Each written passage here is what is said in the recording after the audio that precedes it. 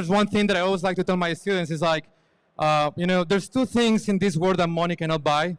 One is a dinosaur. You cannot buy a dinosaur. I'm sorry if you have too much money. But the other one is time. So like the time that you guys spent with us today, you won't get time back. So I hope we were like up to the goal and where you were looking for today. So thank you so much for spending your time with us today. So talking about time, I haven't talked about this with Liz really, but in my case, what happens is that, of course, we came here to win. Of course, we came here to learn. Of course, we came here to do our best. But in our minds, there's a bigger goal, which is actually making it to have goal in the Pan Americans or in the World Cup. When we are playing in the international competitions, we actually have to make an extra cocktail. So I believe that's kind of like the reason we are used just to kind of like have that physical timing or just going a little bit faster, because once we get to the World Cup, the stage gets bigger and it gets more difficult. So I guess we are kind of like half competing, but at the same time, we're preparing ourselves for what's next. So please explain to our audience on that air that you made. It looked beautiful. I'm sure it smelled beautiful, but educate our crowd how to do it themselves. Amazing. Well, so I'm going to pass by and give you my card, and I can teach you how to make that at home. Well, there's a couple of different techniques that are very trendy.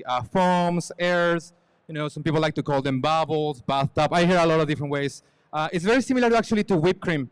The whole difference between all of them is basically what thickening agent you use to create this. Now, on my personal opinion, I love to work with airs because airs are more subtle to the flavor, are definitely more enhancing of the nose and the palate.